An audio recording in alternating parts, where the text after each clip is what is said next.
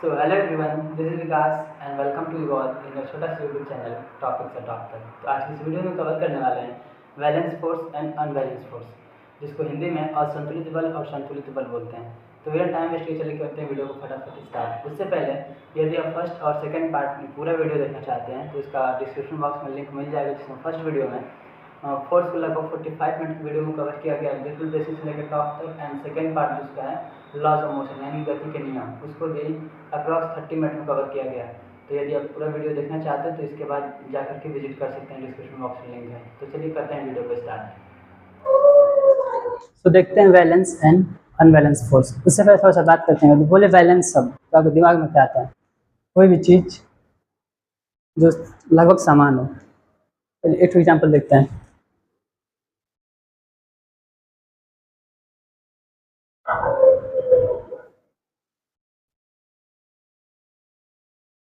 इसको हम देख कर क्या बता सकते हैं? अगर क्या है बैलेंस पोजीशन में, यानी कि जो इधर का कहीं काटा है इसका देखें तो बिल्कुल दोनों जो पहलू हैं समान है। तो यहाँ से देख सकते हैं बैलेंस। बैलेंस मतलब बोले तो कोई भी चीज़ जो बिल्कुल समान में हो, यानी कि बराबर बराबर हो दोनों तरफ। चलिए अब समझते हैं इसको क्या होता है आखिर। तो बैलेंस फोर्स बोले तो if the resultant of all the forces acting on an object is zero. चलिए थोड़ा समझते हैं, पहले लिख लेते हैं। समतुल्य फोर्स की बात करें, balance force. If black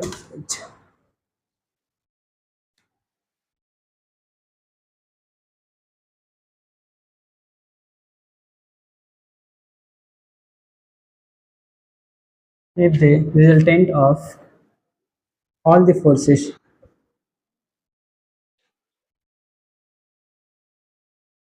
acting on an object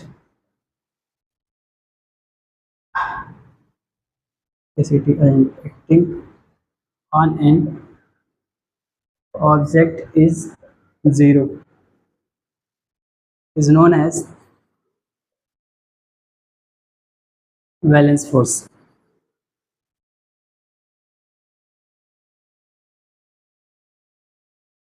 यानी कि यदि यानी यहाँ से ये समझ में आता है कि यहाँ कहीं ना कहीं दो से ज़्यादा फोर्स लगने वाले हैं। यानी कि जब सारे फोर्सेस को रिजल्टेंट करें यानी मिलाएंगे तो क्या होगा? सारा का मिला के जो नेट फोर्स आएगा आपका ज़ीरो हो जाएगा। यानी यहाँ से ये देख सकते हैं एन फोर्स, जो एफ नेट आएगा आपका वो क्या ज़ीरो हो जाएगा। थोड़ा सा और आसान समझते हैं ऑब्जेक्ट के साथ। यदि आप डेफिनेशन लिखना चाहें तो इसी शॉर्ट ले सकते हैं प्लीज एक बार। फिर इसे समझते हैं एक ऑब्जेक्ट बना करके फ्री बॉडी डायग्राम एलवीडी से।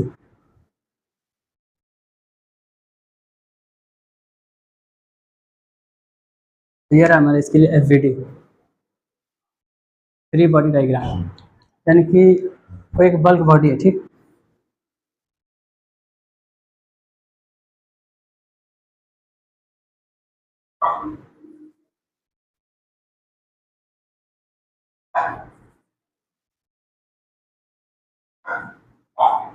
यानी कोई एक हाईवी मास हमारे पास है, ठीक।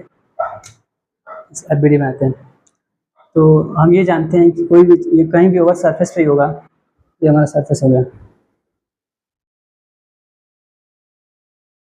अब जब कोई भी ऑब्जेक्ट रखा तो उसको क्या लगेगा? फर्स्ट ऑफ ऑल ग्रेविटी लगेगी, क्योंकि यदि यहाँ सरफेस से हटा दें या फिर टेबल मान लीजिए, जो भी कुछ हुआ टेबल मान लेते हैं यहाँ पे आकर, ठीक।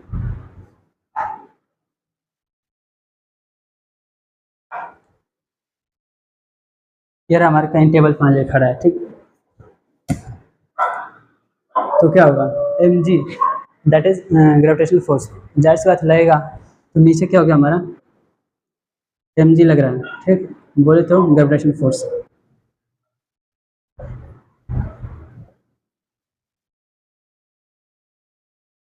जिसे हिंदी में गुरुत्वाकर्षण बल बोलते हैं।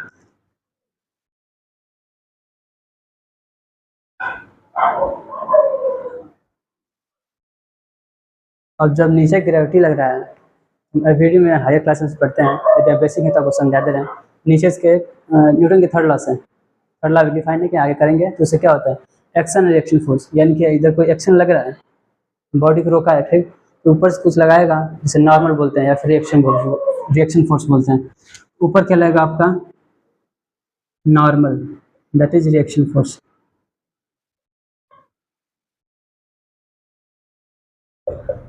अब इधर से इसको हम पुश कर रहे हैं, ठीक, या पुल कर रहे हैं, मान लीजिए पुश कर रहे हैं, ठीक,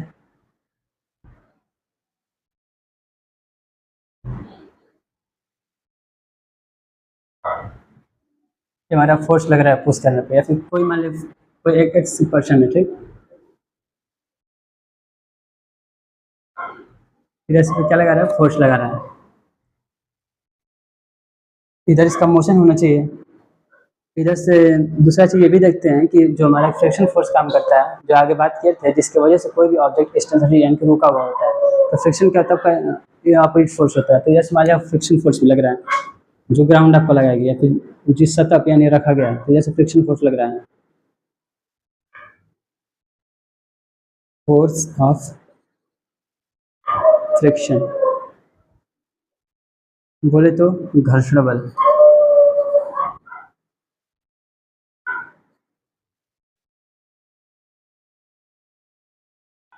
तो एक बार फिर से समझते हैं, इधर से कोई पर्सन है, पुश करना चाह रहा है, लेकिन फ्रिक्शन फोर्स उसको अपोज कर रहा है मोशन को इसके, तो इधर से आपका फ्रिक्शन फोर्स लग रहा है।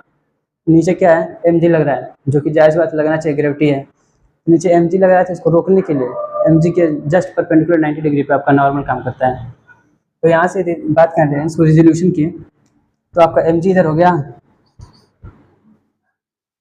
एम के ऊपर कौन है, नॉर्मल, इधर क्या है, पुश, यानी कि जो आपका फोर्स ऑफ पर्सन है,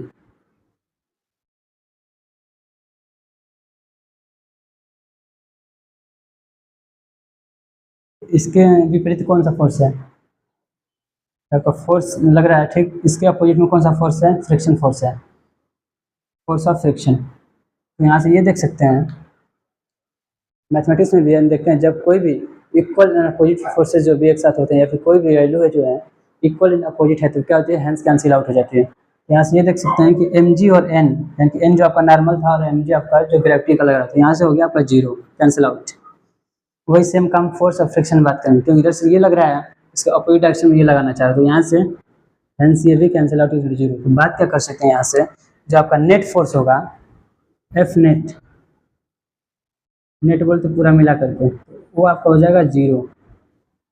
तो ये तो हर कोई बता सकता है कि जब फोर्स आपका जीरो लग रहा है, यानी कि मान लीजिए कोई फोर्स ही नहीं लग रहा है, तो क्या होगा, वैसे भी बल्कि बल्कि बोले खूब भारी, कोई मान लीजिए कोई पत्थर का टुकड़ा है, ठीक, जब इसे फोर्स लगा रहे हैं और हमारा फोर्स क्या हो गया, जीरो, ये नहीं कह सकते हैं कि इन्होंने फोर्स लगाया नहीं, फोर्स लगा रहे हैं, इनको आगे समझना है कि क्यों नहीं फोर्स लग रहा था। यहाँ अगर हो गया जीरो, तो बॉडी आगे गई नहीं, तो क्या होगा, फोर्स इक्वल जीरो, यानी कि सारा काम खत्म यहीं से।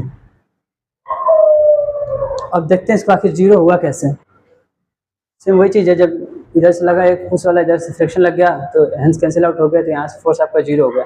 अब बात करते हैं क्या बॉडी मोशन करेगी, तो बॉडी जायज़ बात है नहीं मोशन की है, तो यहाँ से कंक्लूजन निकल के आता है इस टॉपिक का, दो पॉइंट है, उसे समझते हैं। और अब तक का सिर्फ वही मेन इंपॉर्टेंट पॉइंट है, ये तो थोड़ा सा वैसे थ्योरेटिकल पोर्शन था।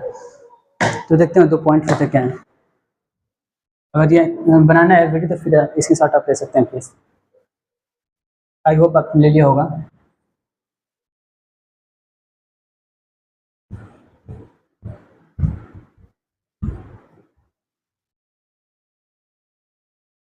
तो हम कहाँ थे, इसके दो इंपॉर्टेंट पॉइंट्स थे। तो फर्स्ट पॉइंट क्या आपका आता है, अ वैलेंस फोर्स, इंपॉर्टेंट है, थोड़ा देख लीजिएगा। A valence force cannot make motion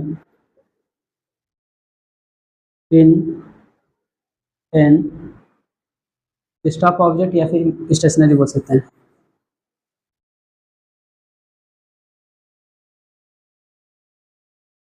और सेकंड इसका पॉइंट आता है,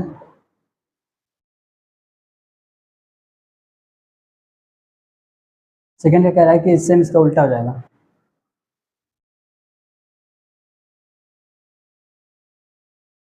तो सब में लगेगा फिर second.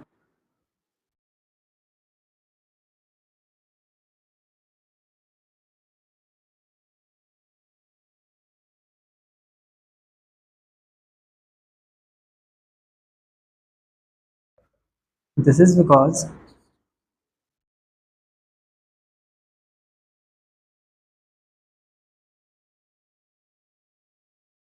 F net for the balance force is equal to 0। इतना नोट करने के बाद नोट के लिए फिर समझते हैं क्या बोल रहा है फर्स्ट पॉइंट।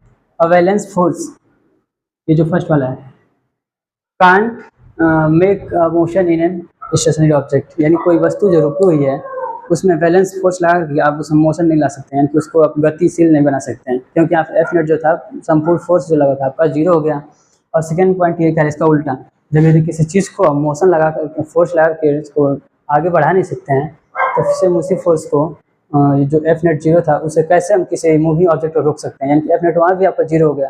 वही पॉइंट कर रहा है कि जब balance force can not stop an moving object, this is because क्योंकि एफ नेट जो आपका था जीरो हो गया था। अब चलिए चलते हैं अनबैलेंस फोर्स, दैट इज असंतुलित बल।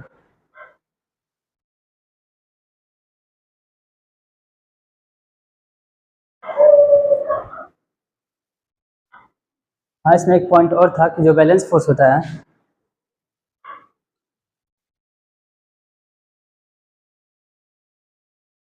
अपोजिट लगता है, यानी कि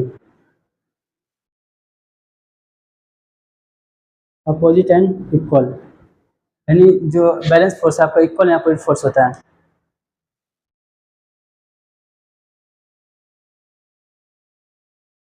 तो चलिए बात करते हैं अनबैलेंस फोर्स की।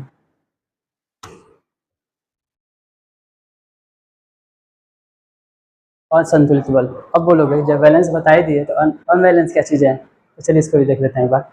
आई होप कि आप समझ में तो आ ही गया होगा। फिर तो क्या कह रहे हैं, अनबैलेंस फोर्स यानी कि एक ऐसा फोर्स जो कि बैलेंस नहीं है। कहानी बिल्कुल उल्टी होने वाली है, तो फिर समझिए अनबैलेंस फोर्स बोले तो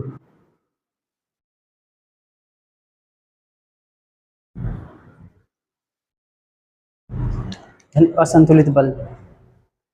तो इसकी डेफिनेशन देखते हैं वही वाली, तो बोलेंगे if if all the if if all the resultant forces acting on an body is not equal to zero. आइए लिख के समझते हैं। If the resultant of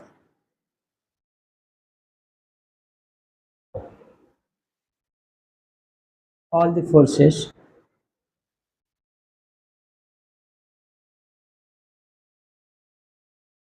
acting on a body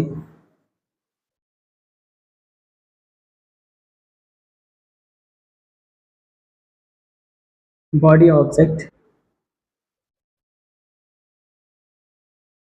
is not is equal to zero. Not को थोड़ा capital लिख देते हैं, नॉट इक्वल टू जीरो, यानी कि एफ नेट की यदि बात करें इसमें तो क्या आ जाएगा, not is equal to zero, यानी कि आप फोर्स कुछ ना कुछ लग रहा है। तो हिंदी में से समझते हैं क्या बोल रहा है। अनबैलेंस फोर्स जो होता है असंतुलित बल, वह इस प्रकार का बल है कि यदि कई सारे बलों को मिला करके यदि देखें तो उनका जो मेन बल आएगा नेट बल वो जीरो नहीं होगा, यानी कि यहाँ पे कुछ ना कुछ काम हो रहा है यहाँ से। वही पॉइंट फिर चलिए वीडियो बनाते हैं इसका। यदि राइट करना है तो प्लीज लिख सकते हैं।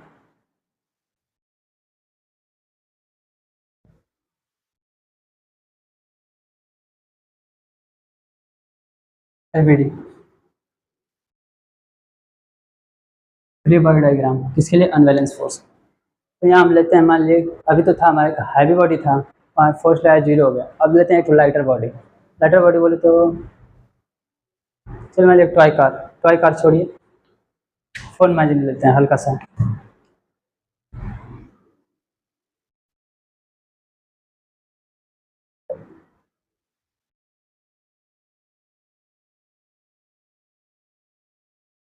ये रहा आपका कॉमन सा स्मार्टफोन, ठीक।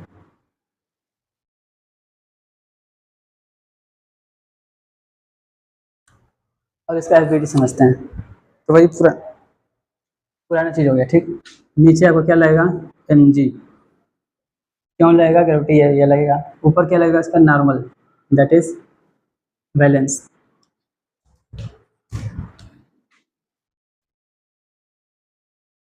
Balance and reaction, force of reaction.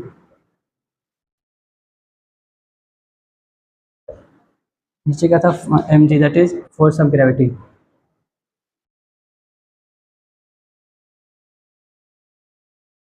इधर से वही कोई पर्सन एक्स बॉडी मान लीजिए, इधर से क्या करे, आपका फोर्स लगा रहा है, पुश कर रहा है, और ये पुश क्या होगा, फोर्स ऑफ पर्सन। इधर से क्या लगेगा आपका, फ्रिक्शन लगेगा, तो आपका क्या होगा, फोर्स ऑफ फ्रिक्शन।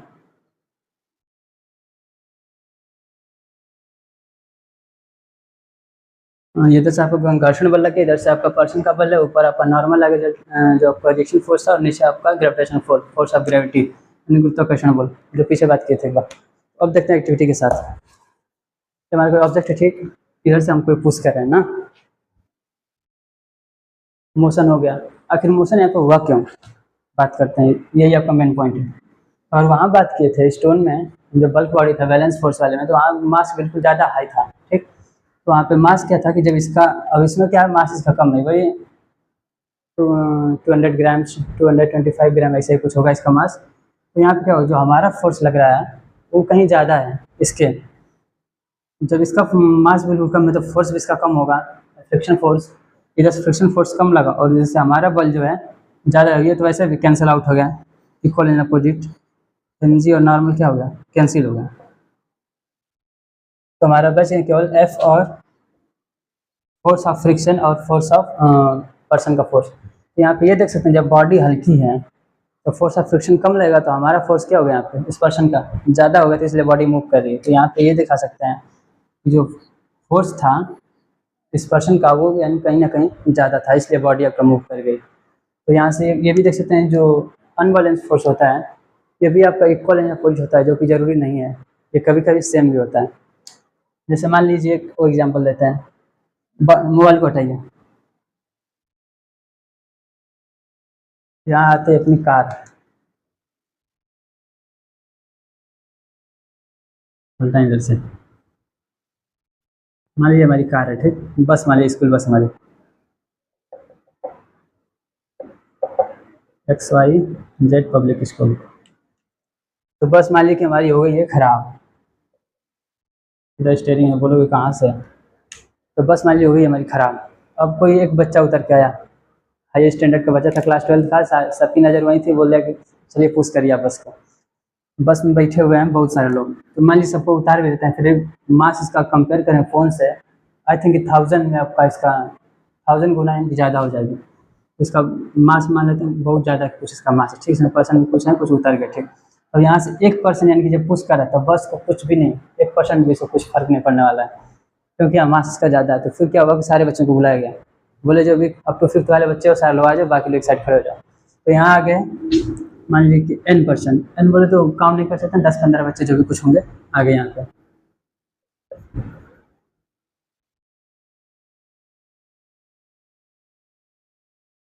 यानी कि सारे के सारे बच्चे मिलकर क्या कर रहे हैं, कहीं ना कहीं इस पर एक फोर्स लगा रहे हैं। तो अब क्या हो गया, जो हमारा फोर्स ऑफ फ्रिक्शन था यहाँ से, और क्योंकि मास ज़्यादा है और यहाँ बच्चे भी अब ज़्यादा आ गए, तो क्या होगा, अब फोर्स ऑफ फ्रिक्शन थोड़ा थोड़ा रिड्यूस होना काम करेगा, और बस जो है मोशन में आ जाएगी। तो यहाँ से ये देख सकते हैं कि जो अनबैलेंस फोर्स है, जरूरी नहीं कि इक्वल या अपोजिट, कभी कभी सेम डायरेक्शन में भी होता है, क्योंकि यहाँ जब पर्सन ज़्यादा हो गए तो डायरेक्शन अब क्या हो गया, सेम। तो आज की इस वीडियो में बस इतना ही, मिलते हैं नेक्स्ट वीडियो में नेक्स्ट टॉपिक। तो तब तक के लिए be positive, keep support, keep learning. Thank you.